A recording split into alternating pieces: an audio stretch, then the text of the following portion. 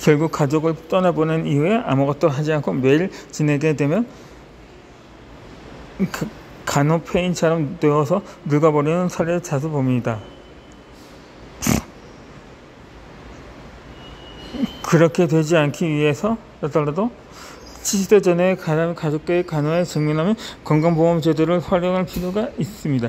도우미의 손길을 빌려야 합니다. 그러면 얼마나 편할 것인가 하는 관점에서 가족 간호에 접근해야 합니다. 경자 요양원 등 시설에 입소시키는 것도 고려해보는 게 좋습니다. 그런 결정을 해도 죄의식을 느낄 필요는 없습니다. 병수로벌을 하는 사람이나 받는 사람 모두 서로를 위하는 길이기 때문입니다.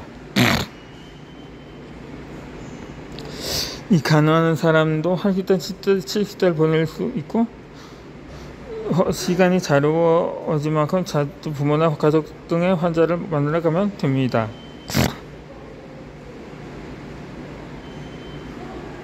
이 장기간에 가족끼리 간호에 중산의 육체 필요 때문에 가족 환자를 확대하는 행위도 일어나기 쉽습니다. 하지만 자신의 도움을 받아 정신적이나 체력적인 부담을 아껴두면 학대 행위 등을 막을 수 있습니다.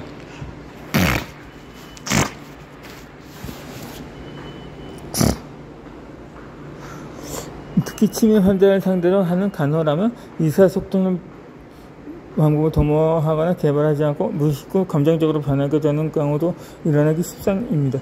타인에 의하는 간호라면 감정적으로 상하거나 으르렁거리는 일도 없을 것입니다. 그러나 우리는 아직 가부장 내지 봉건적인 관행이 남아있어 가족 간호는 가족이 함께하는 것을 미적으로 여기곤 합니다. 이러한 풍조 아래에서 병시중하는 가족 단위 감정인들을 막다른 골목으로 몰아넣는 현상이 있습니다. 지속히 이런 처가 방식에서 벗어나지 않는다면 향후 초고령 사회는 극복할 수 없는 지경에 이를 수가 있습니다. 간호를 삶의 보람을 여기지 않을 경우 얻는 것은 70대 사람이 향후 90대에 이르러서 건강하게 살아가는 데 매우 중요한 포인트라고 생각합니다.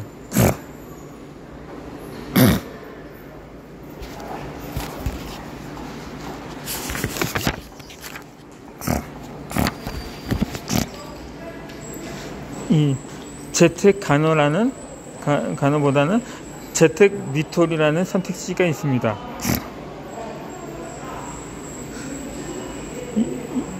그런데 이 재택 간호와 미토리라는 말에 대해 혼동하는 사람들이 꽤 많습니다.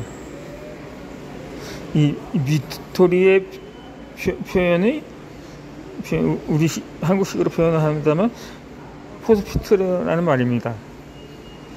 이 재택 미토리는 일반적으로 사망할 수 있음을 예측할 수 있는 중증 암 같은 질병에 걸린 환자가 원하는 대로 하도록 배려하는 사원에서 익숙한 자신의 집에서 인정을 받도록 하는 행위입니다. 이 재택 간호는 사망 시점을 알 수 없고 몸이 불편하기 때문에 집에서 간병하는 행위로 일반적인 병수아발을 지칭하는 용어입니다. 이 재택 미토리는 기껏해야 수개월에서 1년 정도 기간 동안 환자가 좋아하는 음식이나 좋아하는 일을 제공하면서 남은 시간을 보낼 수 있도록 도와주는 행위입니다.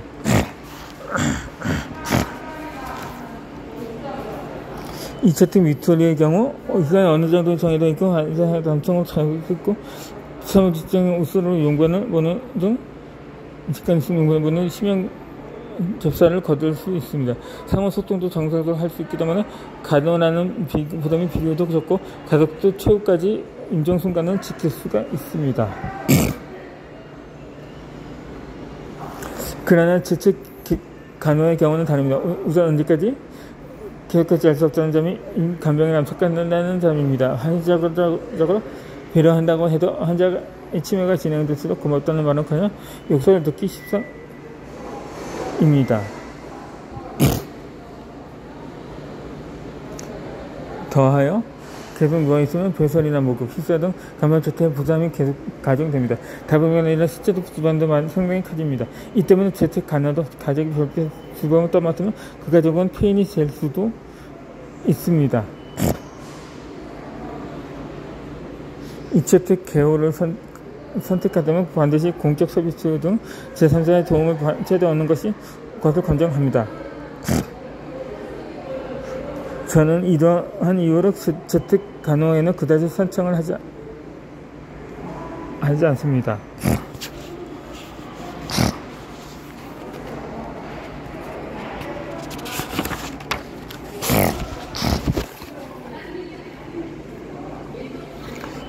이 요양 같은 시설 등이 있다면 이용하면서 자주 만들어 갈 수 있도록 어느 쪽이 서로에게 좋다고 생각합니다.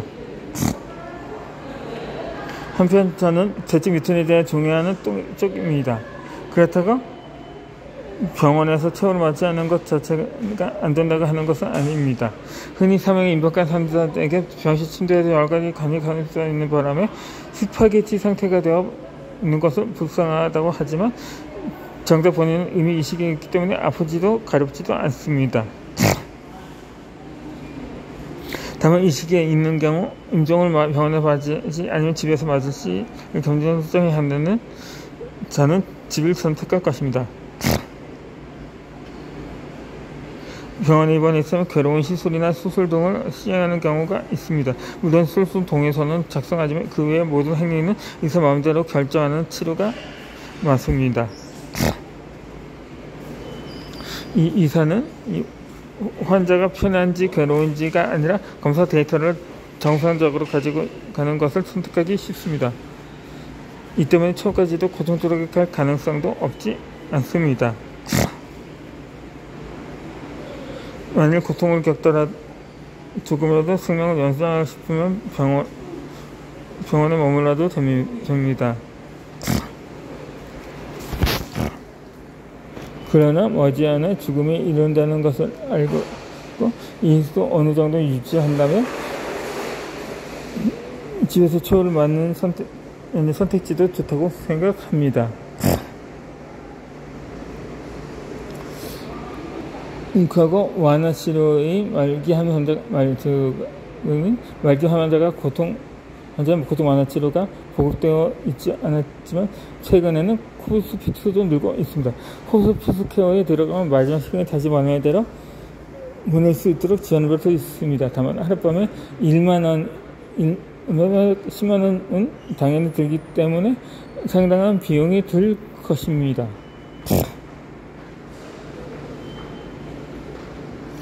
다만 다치면 편진 일입니다. 이제는 봤을 수 있는 게 없지만 자식에게 간지 대학 없이 표현자식에게 보낼 수 걷고 싶은 것을 그렇게 하는 게 정해입니다. 침입이 현재 우선들이 속에 걸려 하지 목을 사망하는 일도 있지만 그래도 마지막은 어느 대로 지내고 싶은 마음을 저는 이해할 수 있습니다.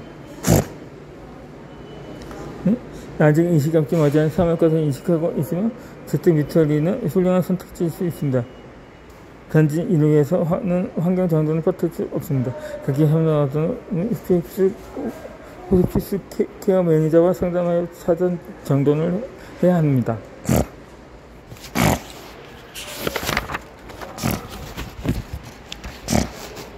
배우자나 부모의 사별을 극복하려면 어떻게 해야 할까요? 이 70대 이후가 되면 가족들 사별을 감내는 경우가 많습니다. 과거 40대 정도에서 부모를 떠나보내곤 했습니다. 하지만 지금 70세가 되고 그래서 부모가 사망하는 경우가 많아지고 있습니다. 70세에도 배우자와 사별하는 전통이 많아지고 있을 것입니다. 이렇게 친한 사람들과 사별에서 절제 회복하지 못하고 우울증에 걸리는 사람도 가끔 보곤 합니다. 이 70대에는 세로토닌이나 남성 호르몬 분비가 감소하는 연령대에게 우울증에 걸리기 쉽습니다. 그럼 어떻게 하면 70대가 사별의 후유증에서 극복할 수 있을까입니다. 우선 부모의 사별에 대해 살펴보자. 자식 고령자인 경우마다 젊은 나이 부모를 잃을 때만큼 충격은 받지 않는다고 생각했습니다. 하지만 사실은 그렇지 않습니다. 70대 사람들이 90대 부모 사람의 우울증에 걸리는 경우가 실제로 됐습니다. 필자가 지금까지 본 사례를 깨달아서 소개해봅니다. 부모의 죽음이 너무 힘들다는 부모 자식 관계에서 대한 죄책을 갖고 있는 것입니다. 그런 사이가 안 좋았거나 불효했다거나 또는 잘못이 있었다는 죄책감에 쌓이면서 부모의 사망이나 자식과 견딜 수 없게 되는 경우입니다. 불효라는 죄책감에 빠지지 않아야 합니다. 죄책감병을 열심히 하는 사람에게 아무것도 해준 것이 없다는 죄책감에 사라지는 경우가 많다고 생각합니다.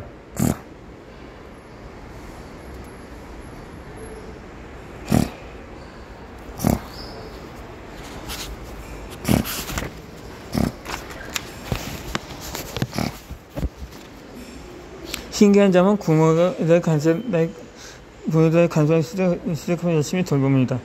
하지만 부모 불안갈 당시에 연락을 최대한 사람입니다. 특히 아들에게 결혼하고 자주 모친을 연락하고 있다면 부인에게 만보이라는 판단을 듣기 때문에 자주 연락하지 못하는 경우도 생각합니다. 반면에 딸이라도 결혼하고 나면 친정속만 쓰고 신경 쓰고 있을 수도 없는 노릇입니다.